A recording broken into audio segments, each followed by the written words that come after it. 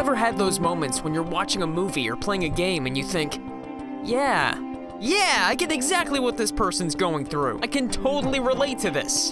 Relatable characters are what it's all about. Your Luke Skywalkers, your Nathan Drakes, your Bayonettas. Wait, what? They help to establish that connection in a world that isn't your own. But what if we took this concept and turned it on its head? What if the characters in the world were all mirror images of you in your Midwestern hometown, down to some very intimate details?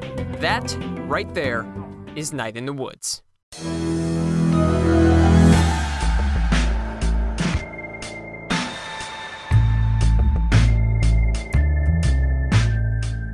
Having dropped out of college, May, a sarcastic cartoon cat for some reason, returns to her hometown of Possum Springs, which oddly has normal cats in it too.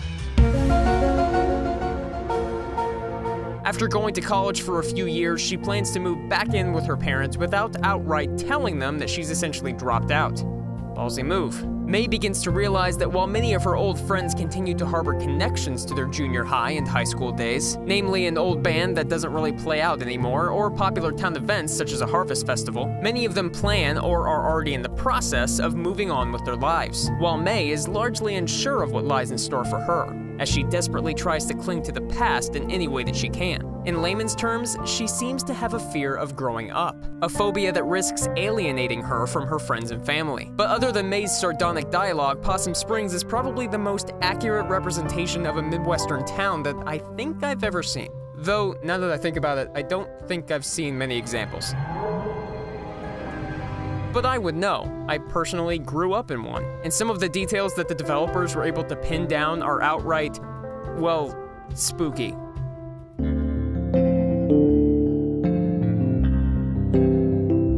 You begin to understand that this town has an extensive history, a flood that wiped out a railway, a season of construction that has a habit of blocking off major roadways, an economic crisis that often has an aging city council struggling to draw business to their town. It's all interwoven to create a truly believable and strikingly realistic portrait of Midwest America, with all of it grounded by really funny dialogue that manages to not only avoid cliches, but at times maintain a serious and emotional tone that genuinely brought me to tears more than once. Like, no joke guys, this is some of the best dialogue I have ever seen in a game. That's right, Bubsy, you have been dethroned.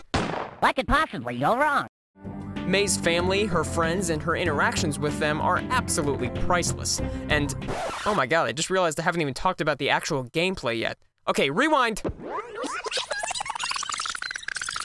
Night in the Woods is a story-based platformer, with very little emphasis placed on the actual platforming, which is mainly used to reach out-of-the-way characters and witness some of the more charming interactions and minigames. But for the most part, balancing along telephone pole wires and rickety fences is just par for the course in Possum Springs. You'll find yourself unintentionally settling into a routine, waking up, talking with your unusually funny mother, before visiting some of the town's hotspots and interacting with the townsfolk.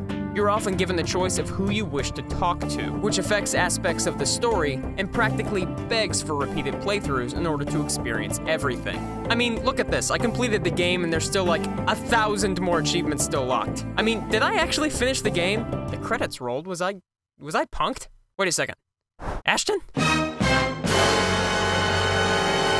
The story does take a more mysterious twist a little over halfway through, but these characters and how they're forced to confront some rather uncomfortable truths about their pasts and futures is the main hook here throughout the majority of the narrative.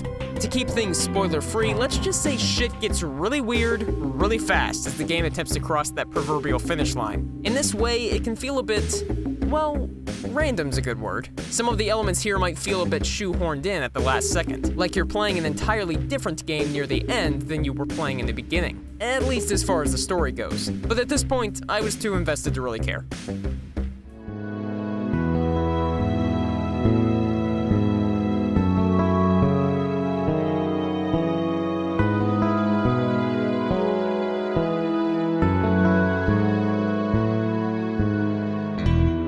But in the end, it's a story with a shockingly true-to-heart message, and maybe that was hard for me to take in, which is probably why this 8-hour game took me well over a month to complete. I often find that video games have the ability to transport me to new places, put me in someone else's shoes, but here, I felt the struggles. and they hurt because I was familiar with them. I knew them. I knew the environment and the toll it can have on you as a person. But I also felt the emotion. I felt the laughter, the joy of just sitting down and talking with someone else. It'll break your heart one moment, then have you laughing hysterically the next. And that's exactly what Night in the Woods is all about.